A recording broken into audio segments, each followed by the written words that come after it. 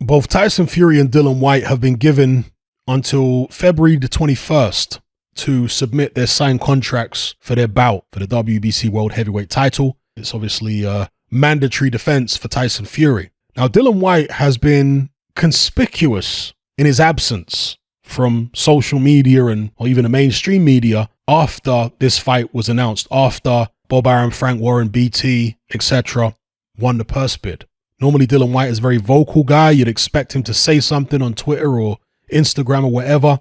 But at the time of recording this video, radio silence from Team Whyte.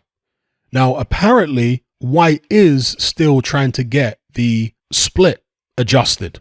At the moment, it's 80-20. Dillian Whyte is still behind the scenes, apparently, trying to get it increased to closer to 40%. And given the enormous size of the purse bid, that would be a massive amount of money. That would be an enormous increase in the size of his purse overall.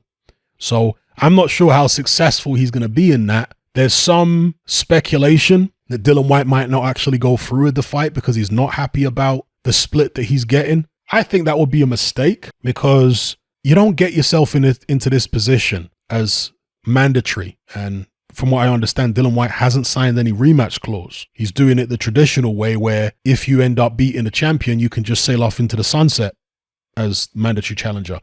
As far as I understand it, that's the situation. So even if you're not happy with the split, the opportunity is far too great to pass up. There's far too much to gain here if he's able to go. And if he truly believes he can beat Tyson Fury, then even though he's not happy with the 20%, and even though I fully understand why he's reluctant to take it, ultimately I think he has to take it.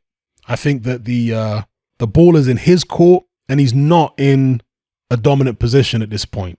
So he has to work with the situation as it is and try and make the best of it. There's a saying, don't wait for the perfect moment, take the moment and make it perfect. You might not ever achieve perfection, but try and get as close as you can. And right now, the deal Dillian Whyte has might be as close as he's going to get.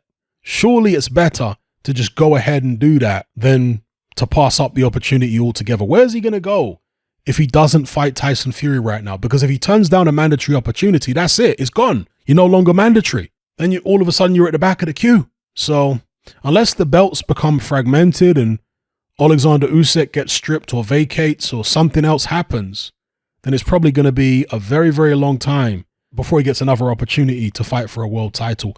And if he gets an opportunity in a voluntary situation, there's going to be rematch clauses there and he probably won't like that. And if it's not voluntary, he's going to have to fight his way into a mandatory position again. And that's obviously perilous. So for me, I think Dillian Whyte's going to have to bite the bullet. If he can't get any movement, if he can't get the WBC to budge by way of the arbitration, he's going to have to bite the bullet. So let's see whether he manages to resolve the situation by February 21st. If not, then he's going to have to make a big decision. Now, this plays into what I've been saying all along, which is that I think Dillian Whyte, not that he didn't have reason to be angry with the WBC, but I think his lack of diplomacy has led the WBC to act possibly spitefully, because this is a guy who's interim champion and they're only giving him 20% when he's actually entitled to up to 45%.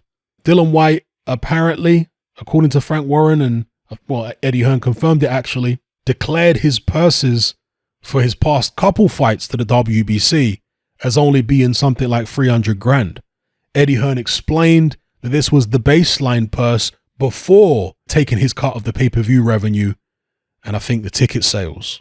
So the WBC clearly are not going to be happy about that. They're not going to do Dillian Whyte any favors when he is allegedly shortchanging him in that way. And prior to that, for as long as Dillian Whyte was number one contender and eventually mandatory challenger, he has had this public campaign where he's been putting pressure on the WBC to expedite his title shot. And you get all these people on Twitter joining Dillian Whyte's campaign and, fighting for his cause, attacking Mauricio Sulaiman on social media, saying really uncomplimentary things about him, atting him in posts. Mauricio Sulaiman's not used to that kind of thing. So he's not going to take kindly to Dillian Whyte being behind that. Not that Dillian Whyte intended for that to happen, although maybe he did. I don't know. Nevertheless, Dillian Whyte's actions resulted in that. And you can't imagine Mauricio Sulaiman felt very happy about that.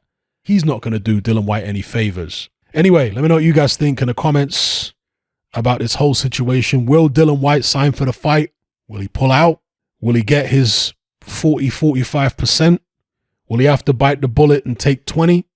Will it affect his performance in the ring? Will he be so frustrated that he makes more mistakes than he ordinarily would and allows Tyson Fury to take advantage of that? Let me know about it all in the comments. And lastly, just a bit of trivia for those of you who enjoy a good pub quiz. What P was subject to the largest criminal fine in US history? They were slapped with a $2.3 billion penalty back in 2009 for engaging in illegal marketing and making false and misleading claims about the safety and efficacy of their products. Prosecutors described the company as a repeat offender. Attorney Mike Lucas said, even as the company was negotiating deals on past misconduct, they were continuing to violate the very same laws with other products. A multi-billion-dollar corporation illegally incentivizing people to promote their products and lying about their safety and efficacy in order to increase sales. Don't sound very trustworthy, do they? I wonder who they could be. Answers on a postcard.